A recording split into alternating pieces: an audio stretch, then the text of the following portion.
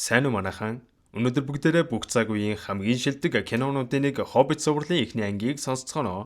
Угаасаа энэ киног үзээгүй хүн бол бараг байхгүй бах. Яалтчгүй маш их өрнөлттэй, сонирхолтой үйл явдлуудаар тасрахгүй үнэхээр төгс дэлгэцийн бүтээл болохоор 3 ангийн гурванланг нь дараалалаар нь оруулахар шийдлээ. За одоо кинонд орцгоё.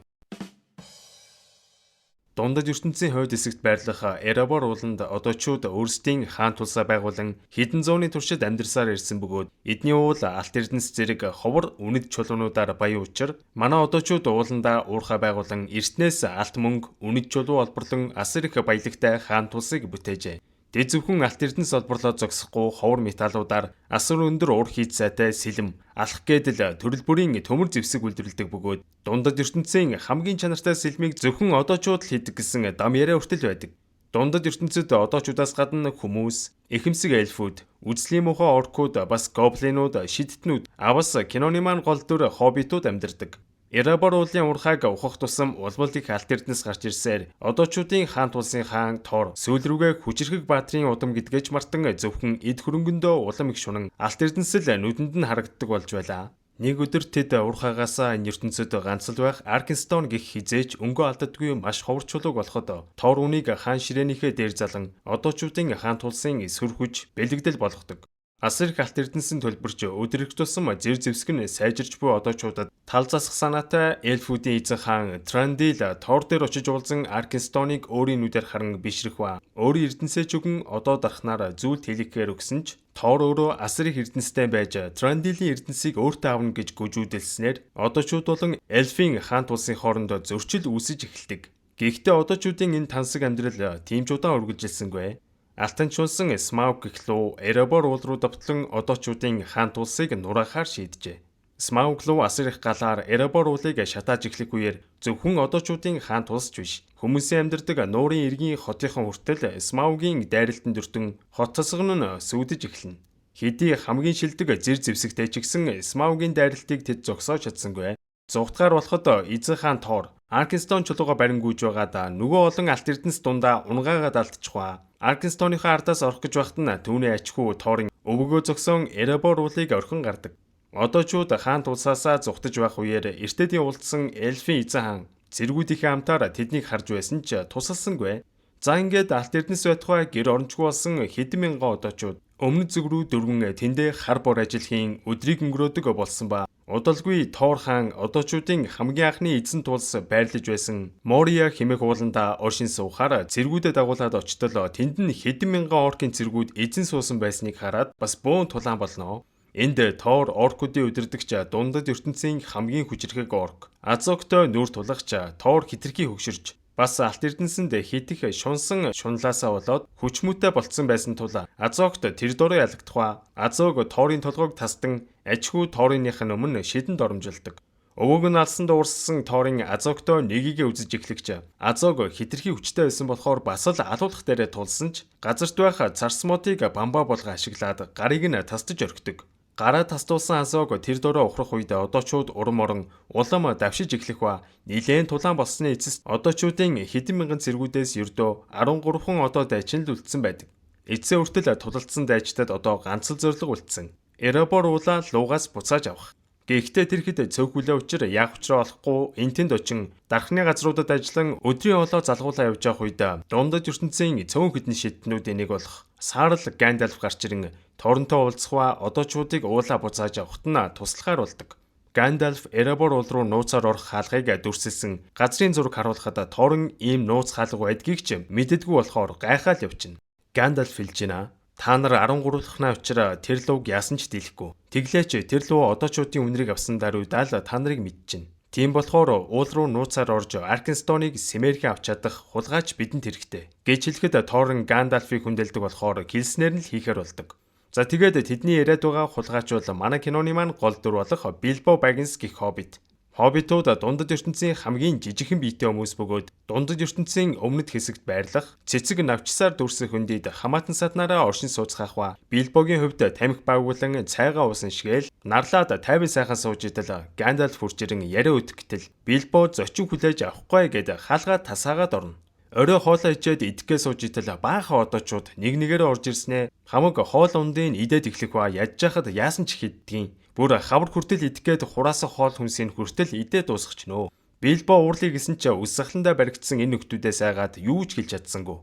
Гэхдээ удалгүй Гандальф орж ирээд одоочуудын төлөвлөгөөг Билбод тайлбарлан хэлэх ба Билбог уул руу орж чулуу улгаалаад өг. Хариуд нь Эреборд байгаа эрдэнсээс хувь үгүй. Гээд бүр гэрээ контракт гаргаж ирснээр гарын үсгээ зур. Гээд эхлэх үед Билбо бүр сонссондоо ч итгэсэнгүй. Юун юун дайн тулаан би чадахгүй. Гэхэд Гандальф түүнд хандан чи гав ганцаархнаа эндээ байж байснаас амьдралдаа нэг ч ихсэн удаа эндээс холдож эрсдэлтэй зүйл хийж үзээчтэй. Гэж хэлэхгүй энэ үг түүнд нилээн ихийг бодогдуулсан бололтой.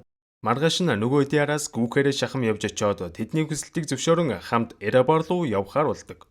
Манай хэд нилээн явсаар амархаар шийдэн хуучин балгасын төрөн дээр иртэл Гандальф энэ тоноглоод дэм явха. Дахиад жоохон явбал илүү аюулгүй хүндий байгаа. Гэхэд тоорн бухимдаж тэр хүндий чинь эльфүүдийн газар нутаг. Бид нар хизээч эльфүүдийг гоохгүй гэж зөрүүдсээр угаад эндээ хонохоор болох ба. Гандальф харин хүндийд очиж хоноглолоо гэд ганцаараа яваад өгдөг. Билбочин гэртээ шарсан загас нарийн ногоо жимсээр хоолддог байсан ч энэ хиттэйгээ овоо хэдэн 7 хоног хамт явсных хэрийн бол асуудалгүй иддэг болжээ.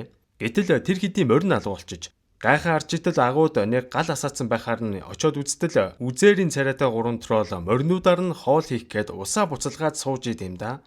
Моринуудаа сэмхэн сулчаад ир гээд хөөрхий Билбог явуулахад анх удаага ийм үзээрийн авраг биетүүдийг харсан Билбо нилээн сандарч байсан ч бие барин моринуудынхаа уяаг тайлах гэсэн ч дийлдэггүй. Тэгэхээр нь тэнд байгаа нэг троллын бүсэнд байгаа хутгыг авах гэж идэл ман тролл Билбог бариад авчина. Энэ юу вэ? Одоо юу хүн үү? Гээд өмнө нь хоббит харж байгаагүй бололтой.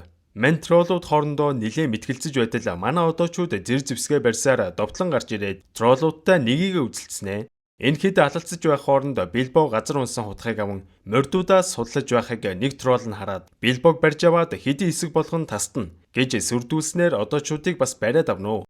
Тэгснэ энэ хэдийг бөөнд нь модонд хүлээд гал дээр шарж идэх гэж байх үед нар гарах хүртэл яаж амьд тэсгүү гэж бодсон Билбо нэг арга сэтгэх ба. Энэ одоочууд ч дотроо шимэгчдтэй. Ингэж хараад идвэл та нар ч гэсэн шимэгч авна. Тэрний оронд нэг нэгээр нь арсыг нь өвчиж амтлаад идвэл яахчгүй гэж троллуудыг мангартуулж эхлэх ба. Троллууд шимэгчтэй болно болохгүй гэж маргалдаж байх үеэр ашгүй Гандальф гарч ирэн мандаж буй нарны туяаг троллууд дээр тусгах үед троллууд чулуулан хувирдаг.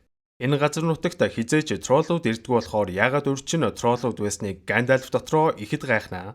Ингээд манай хэд тэндээс холгүй байх агуур ороход тэнд хөөрхи эрдэнэс овоолцсон. Манай зарим одоочууд эрдэнсийг газар нуугаад дараа нь ирж авнаа л гэсэн авчи.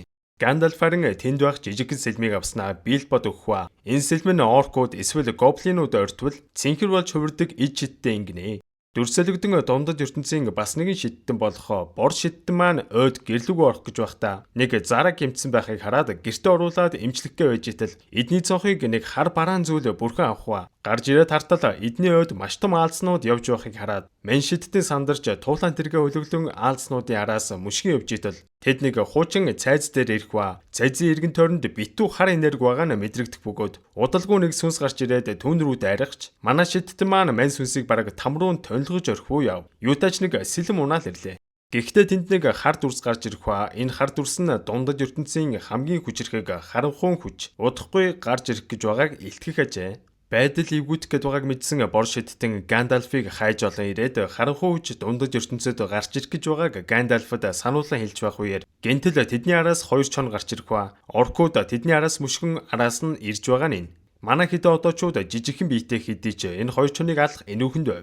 Гэтэл чон унсан зэрлэг оркууд манай эдийг чиглэн ирж байгааг хараад бор шидтэн тэр хэдийн анхаарлыг татан саатуулах үеэр манай эд араар нь зүхтэж байтал нөгөө оркуудын нэг гөлийсэн юм. Манай эдийн үнэрэг үнэрснээ араас нь илдээд эхлэх үед манай ах トゥ одоочууд болохоо Кили билийн хоёрын Килин номсомар харван тонилгож орхигч өвхөгтэй бусад оркуудаа чимээ өгснөөр бор шидтний хөөж байсан оркууд буцаад манай хэд дээр ирээд бүслээд авна. Манай эд ч бүгд зэвсгээ бэлдэн алдцгээ байж итэл Гандальф хадны доор түнэл байхыг хараад манай эдийшээ бөөнөрөө орцгоох үед эльф зэргүүд гарч ирэн тэнд байсан оркуудыг бүгдийг нь алж орхидог.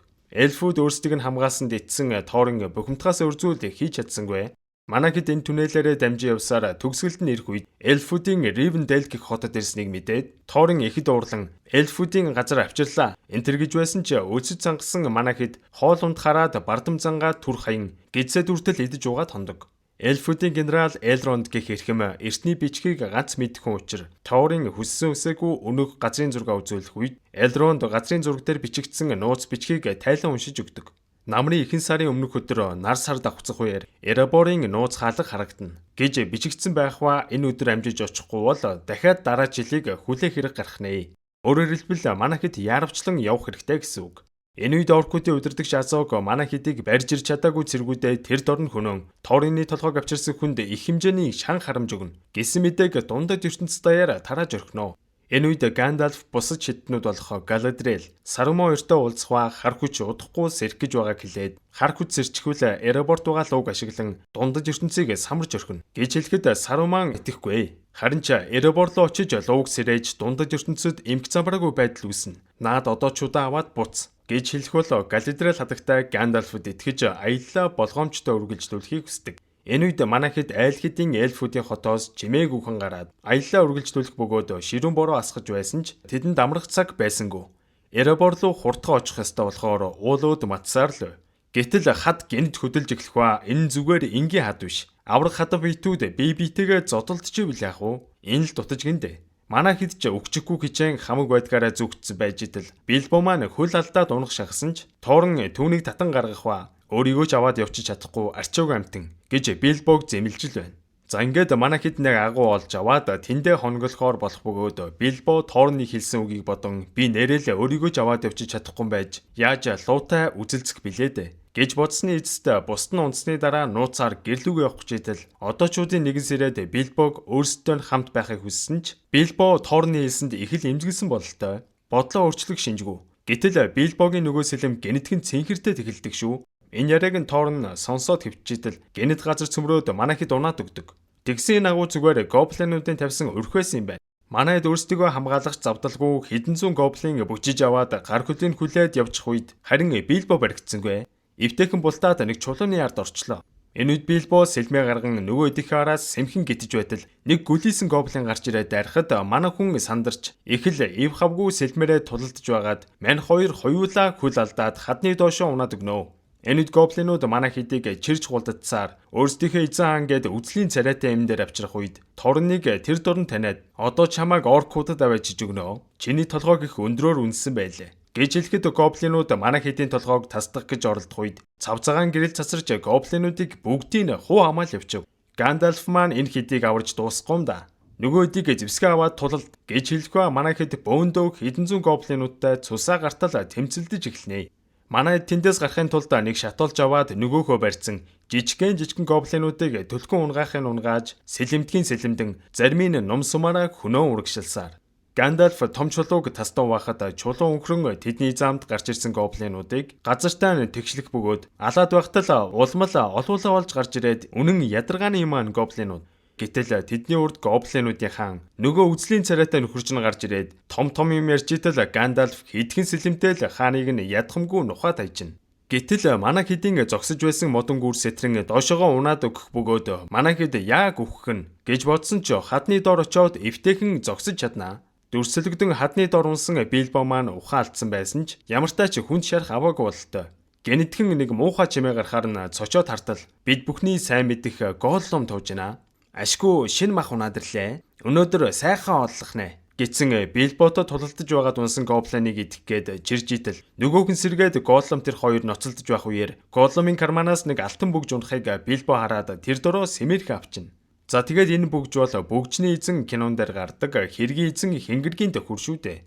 Голлумыг явсны дараа араас нь сэмэрхэн дагаа очтол мань Голлум харин зөрүүлээд Билбог барьчих гээд гिचчидэг байгаа.